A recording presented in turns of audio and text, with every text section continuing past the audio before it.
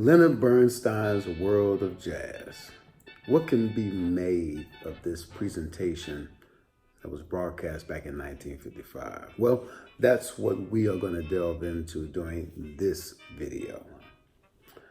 Bernstein, in my opinion, does a brilliant job with exploring the world of jazz and its many subgenres. He was definitely qualified to do so. As we can recall from the Alan Shaw biography, he spent time transcribing jazz solos from popular songs for the Harms Whitman Publishing Company. So what it is that I appreciate during Bernstein's opening of this world of jazz of his is that he makes his feelings about the music known right out the gate. He doesn't play the totally objective role as a presenter, simply stating the facts. Rather, he lets the audience know what side of the fence he's on when it comes to jazz. In fact, he muses of the various aspects of jazz that he finds most attractive. His love of the humor of jazz and how it plays around with notes, and his respect for the players of the music who compose spontaneously.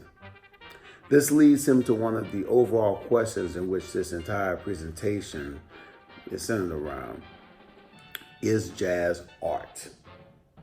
Well, he says that in order to answer this question, we need to be able to know what jazz is in the first place.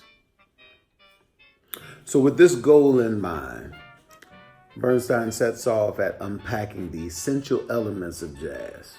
Now, he begins with melody.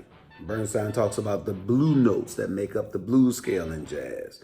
He also talks about the quarter tone and how it functions in melodic lines as well. Next, he moves on to rhythm and its important role in jazz. Specifically, he deals with explaining syncopation. He gives various examples on how syncopation is created in melodic jazz lines. And next, the essential element that he deals with and that I found most surprising that he would unpack in this presentation is his discussion of jazz's special tonal colors, or as he says, the actual sound values you hear. He makes a direct association with these tonal colors with that of the Negro singing voice, a correlation that is considered by this presenter as being a bold one. Now, Bernstein then goes on to discuss form as it relates to the blues specifically. He states that the blues is a classical form. Now, I gather from his further explanation that he's referring to the lyrical aspect of the blues as he relates it to the classic iambic pentameter found in the lyrics. Through his discussion of the blues form, he then segues into the topic of improvisation by referring to the breaks that take place in between the sung words of a blues. He talks about how an instrumentalist using the various colors of their instrument is imitating the human voice, and which he says is the very soil in which jazz grows. Now check out these breaks that Louis Armstrong plays when he's exchanging and playing right in between Bessie Smith's lines of this blues. Since developed. Let's listen to that sound now. When I was nothing but a child. And now Louis.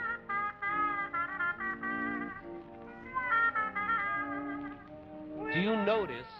Now, he further goes on to discuss improvisation as he talks about the popular song form, saying that a popular song doesn't become jazz until it's improvised on. He makes what I consider to be an important declarative statement that until you accept the principle of improvisation, you will never accept or understand jazz itself. Now, after laying out what Bernstein considers to be the essential elements of jazz, he then goes on to investigate jazz, in particular new jazz, as being the real beginning of serious American music, which is the second overall issue I believe he's getting at within this presentation. Now, in many ways, I think he is right. He discusses the way in which a popular song like Sweet Sue could make the transition from the happy-go-lucky type of arrangement to a more modernistic, futuristic type of composition. Through exploring this transition, he juxtaposes the hot version with a more cooler, reflective, serious version. Now, check out this particular version of Sweet Sue. Genuine. Now let's listen to, as we might have heard it back in 1938.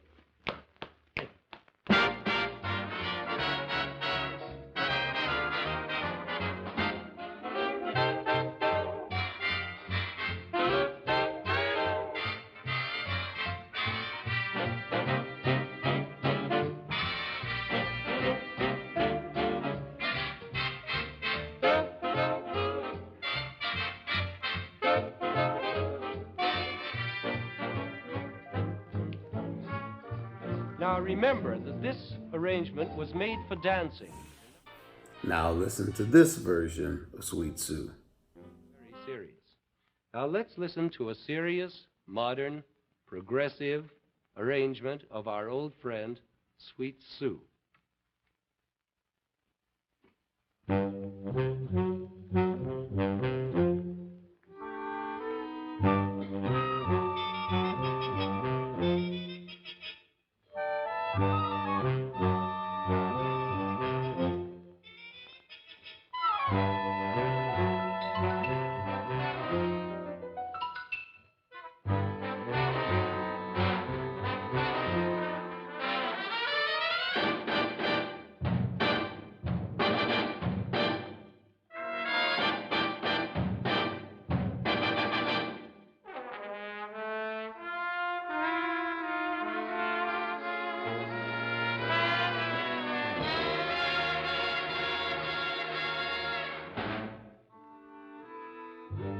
Now, whether you call this... Now, Bernstein is able to take this song, Sweet Sue, and explore the transition that it makes from the hotter, earlier version to the more cooler, latter version. He talks about how the jazzmen became more highly serious people. He talks about how they came to be more intellectual, and everything from their appearance to their level of education and knowledge of great performers and composers would improve. He also talked about the audience and how they made a transition alongside the artists, listening more intently as opposed to dancing. Now, I take a little bit of issue with the assessment that he makes, and I think some of them are anecdotes to drive home his point about the music becoming more serious for the purpose of it being a American style of writing. Well, first of all, when I look at some of these anecdotes, the jazzmen of the earlier era already donned suits and ties and conservative hairstyles, just like the pioneers of the new bebop jazz styles. And of course, when we're talking about this new jazz style, a distinction needs to be made. Is he talking about the cool style of bebop, or is he talking about the more virtuosic, blazing hot bebop of the Gillespie or Charlie Parker flavor? Both had small non-dancing audience, and both made music using complex harmonic progressions and chords. Some clarity could be made by Bernstein in regards to his anecdotes. However, the point is made that the music was changing, transitioning. I am in relative agreement with Bernstein's assessment of this transition, and I completely understand his characterization of the new jazz as being a mantle in which American composers writing in this idiom can hold up as evidence of a truly original American style. In conclusion, I found Bernstein's exploration of jazz to be very informative, and his words delivered in text and on TV through that broadcast in 1955, they still hold true when describing the music that he championed throughout his career. Thank you.